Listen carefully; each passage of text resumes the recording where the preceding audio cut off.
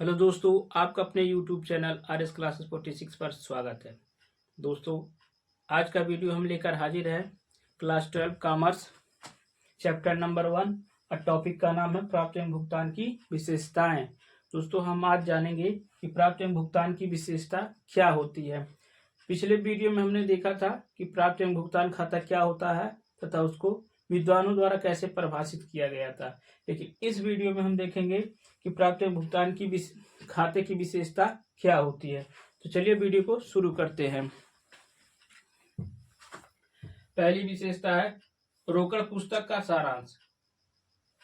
प्राप्त एवं भुगतान खाता क्या होता है?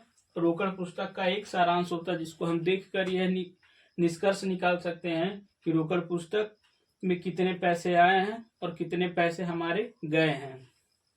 अगली विशेषता है डेबिट तथा क्रेडिट पक्ष। यानी रोकड़ पुस्तक में दो पक्ष होते हैं। एक होता है हमारा क्या होता है?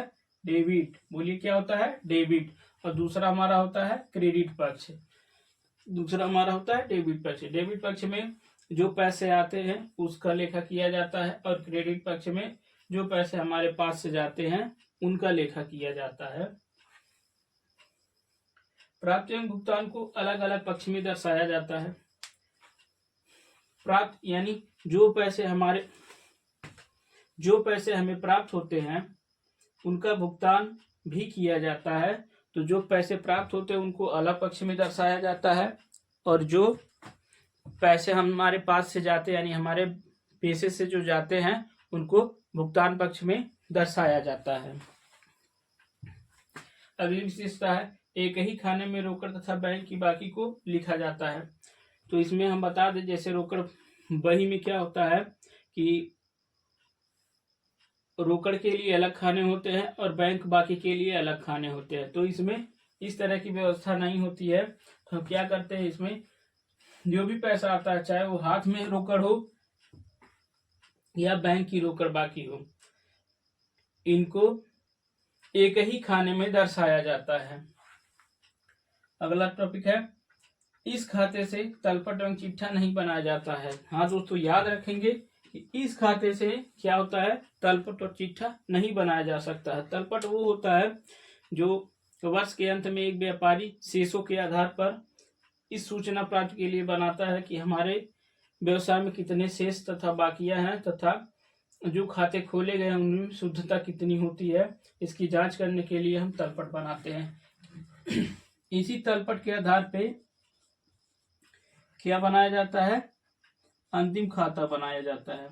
याद रखें, तलपट के आधार पर ही हम क्या बनाते हैं? अंतिम खाते का निर्माण करते हैं। और अंतिम खाते से हमें क्या पता चलता है? शुद्ध लाभ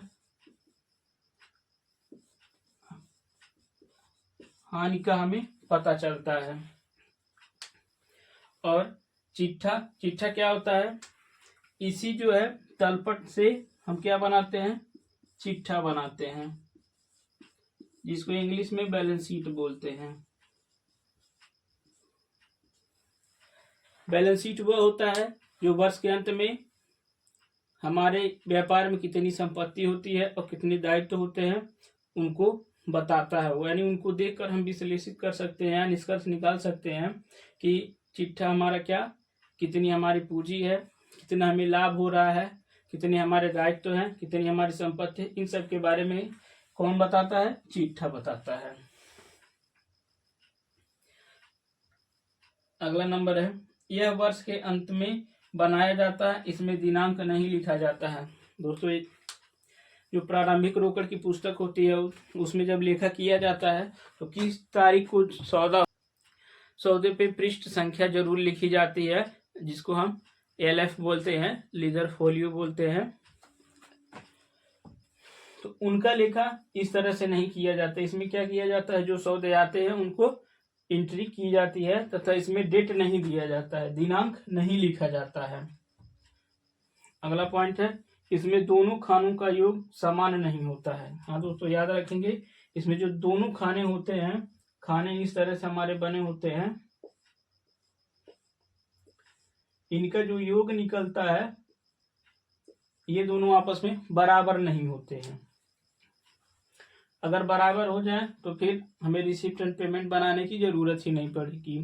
इसमें या तो रिसिप्ट अधिक आएगा या तो पेमेंट अधिक होगा। नगद प्राप्त एवं भुगतानों का ही लेखा किया जाता है। दोस्तों याद रखेंगे, प्राप्त एवं भुगतान की खाते की विशेषता होती है, इसमें नगद प्राप्ति और नगद भुगतानों का ही लेखा किया जाता है। उधार का नाम नहीं लिया जाता, इसमें ना उधार का लेखा किया जाता है। आखिरी विशेषता है, गत वर्ष के अंतिम खाते रोकड़ शेष से प्रारंभ होकर चालू वर्ष के अंतिम रोकड़ शेष को बताते हैं। दोस्तों इसमें क्या होता है, जब हम खाता बनाते हैं तो जो गत वर्ष का अंतिम शेष होता है रोकड़ का, वो चालू वर्ष के अंतिम रोकड़ शेष में जोड़े जाते हैं, जिससे हमें शुद्ध रूप से प्राप्त एवं भुगतान खातों का आकलन किया जाता है। ये कुछ विशेषता है जिनके आधार पर प्राप्त एवं भुगतान खातों को बनाया जाता है। अगला पॉइंट है, हमारा अगला टॉपिक है प्राप्त एवं भुगतान खाता तैयार करना। यानी प्राप्ति एवं भुगतान खाते को तैयार करते समय कुछ निम्नलिखित बातों का विशेष ध्यान रखना चाहिए। तो वो बातें क्या है, पहला शीर्षक, दूसरा पक्ष, तीसरा समायोजन, चौथा है संतुलन। यानी शीर्षक क्या होता है, जब हम रिसिप्ट एंड पेमेंट अकाउंट का निर्माण करते हैं तो हमें किस कंपनी का या किस फर्म का या किस संस्था का रिसिप्ट एंड पेमेंट अकाउंट बनाना है उसका शीर्षक लिखेंगे तथा उनका ईयर भी लिखेंगे, यानी जो हम जिस ईयर का बना रहे हैं, तो वो हो गया हमारा शीर्षक। पक्ष क्या होता है, इसमें पक्ष दो होते हैं। कितने होते हैं, एक होता है रिसिप्ट का और दूसरा होता है पेमेंट का। रिसिप्ट वाले में जितना बैलेंस हमारे पास आएगा, यानी रोकड़ जितना हमारे पास आएगा उसको हम रिसिप्ट में लिखेंगे, और पेमेंट में क्या करेंगे, जितना पैसा हमारे पास से जाएगा उसको हम पेमेंट में लिखेंगे। ये दो पक्ष हो गया। समायोजन क्या होता है, समायोजन का मतलब होता है कि जब हम खाते तैयार करते हैं तो कुछ ऐसी सूचनाएं होती हैं जो वर्ष के अंत तक व्यवसाय में जुड़ती हैं, तो उनको हम क्या करते हैं, पॉइंट के द्वारा, यानी पॉइंट के द्वारा उनको हम क्या करते हैं, लिख लेते हैं, तो उन्हीं को हम समायोजन कहते हैं। और इन समायोजन को जब वर्ष के अंत में खाता बनाया जाता है तो उनको उसमें समायोजित कर दिया जाता है।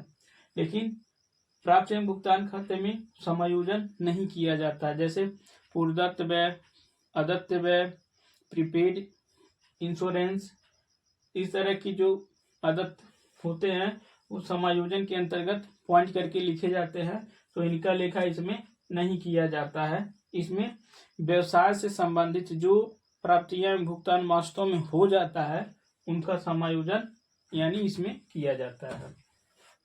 अगला पॉइंट होता है संतुलन। संतुलन का मतलब होता है बैलेंसिंग। बैलेंसिंग का अर्थ होता है जब हमारा खाता पूरी तरह से बन के तैयार हो जाता है तो हम क्या करते हैं, उनको संतुलित करते हैं। संतुलित मतलब होता है बैलेंस बनाना, यानी रिसिप्ट पक्ष के को योग निकालते हैं और पेमेंट पक्ष का योग निकालते हैं। जिस तरफ का पेमेंट कम होता है उस तरफ हम अंतिम रोकड़ शेष लिखकर अंतिम रोकड़ शेष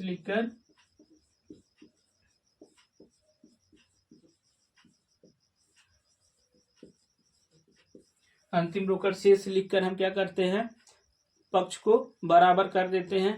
यदि रिसीप्ट पक्ष की ओर की अंतिम रोकड़ शेष निकलता है तो समझ लीजिए कि जो हम रिसिप्ट एंड पेमेंट अकाउंट बनाते हैं वो हमारा घाटे में है, यानी कि पैसा ज़्यादा गया है और आया कम है।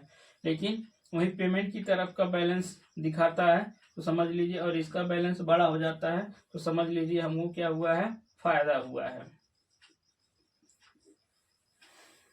और ये अंतिम रोकड़ शेष इस तरफ लिखे जाते हैं, और दोनों को लिखने के बाद हम क्या करते हैं, बराबर कर देते हैं। आशा करते हैं वीडियो आपको समझ में आया होगा। यदि ये वीडियो आपको समझ में आया हो, अच्छा लगा हो, तो हमारे YouTube चैनल को जरूर सब्सक्राइब कीजिएगा ताकि हमें मोटिवेशन मिल सके, और वीडियो को लाइक कीजिएगा। अगला टॉपिक में हम बात करेंगे कि प्राप्त एवं भुगतान खाता का प्रारूप कैसा होता है, प्रारूप के बारे में हम अध्ययन करेंगे। धन्यवाद।